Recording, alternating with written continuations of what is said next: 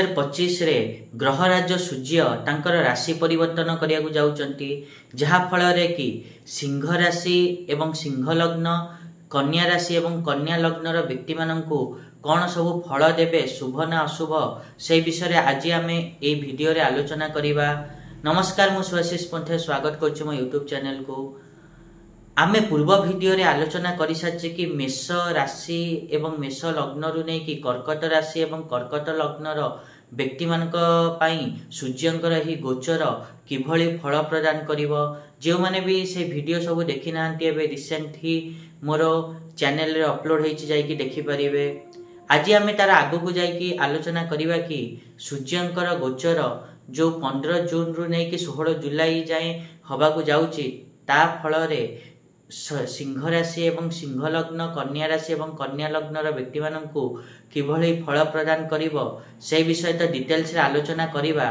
ता पूर्व सबन भली गोटे रिक्वेस्ट करिया को चाहिबे कि जो माने भी ए जाय चैनल को सब्सक्राइब करनांती सब्सक्राइब करंतु आ पाखथिया बेल आइकन को बंधिया प्रेस करंतु जा द्वारा कि मु आगो को जहा भी किछि वीडियो देबी ता नोटिफिकेशन आपण मान को ठीक समय रे मिले जीवो।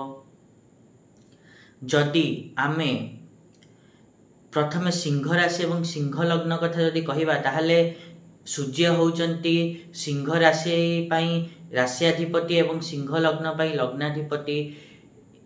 से राशियाधिपति एवं लग्नाधिपति होई एकादश भाव रे गोचर करिवे जहा कि बहुत ही शुभ स्थिति एवं एही गोचर समय बुधादित्य योग मध्य सृष्टि करिवे बुधंक सहित 15 जून रु नै कि 22 जून जाए एकाथी रहिबा द्वारा एवं ता माने मूल रु नै कि शेष जाए गोचर बृहस्पति सहित मध्य सूर्य मिसी कि गोचर करिवे जहा कि बृहस्पति होउचंती सूर्यंकर मित्र।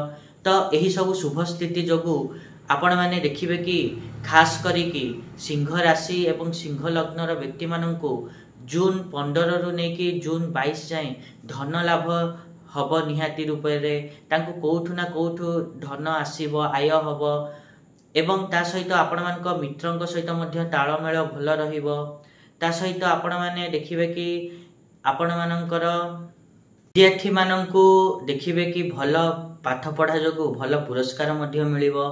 ता सहित एहा मध्य देखिबे कि पिला मानकर भल काम जोगु माता पिता प्रशंसा पाइबे बा तांको भल फल मिली पारे।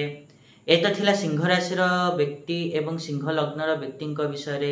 जदि आमे कन्या राशि एवं कन्या लग्नंक व्यक्तिंक विषय रे आलोचना करिबा ताहाले सूर्य कन्या राशि एवं कन्या लग्न रो व्यक्ति मानक पई द्वादश भाव रे अधिपति होई दशम भाव रे गोचर करिवे जहा फल रे देखिबे कि आपण मानकर पदोन्नति हबो मान सम्मान रे वृद्धि घटिबो ता सहित रेस्पोंसिबिलिटी मध्य बढ़िबो एवं एहा मध्य देखिबे कि आपणक सहित जे पार्टनर अछंती काम करूचंती सी आपणक सहित भल रे ताकर पडु कि न पडु सी आपण मानक कामर प्रशंसा करिवे। एही सब आपण माने एही गोचर रे देखिया को पाइबे सूर्यंकर। आशा करी कि मुझे कहले आपण माने ठीक रे बुझी पारथिबे। आ जदि वीडियो भल लागि छि ताहले निहात रूपे वीडियो को लाइक करंतु शेयर करंतु आ चैनल को सब्सक्राइब करिया पिन जमाई भूलंतु नि। आज पई एतिकी देखाबा नेक्स्ट वीडियो रे। रहूची नमस्कार।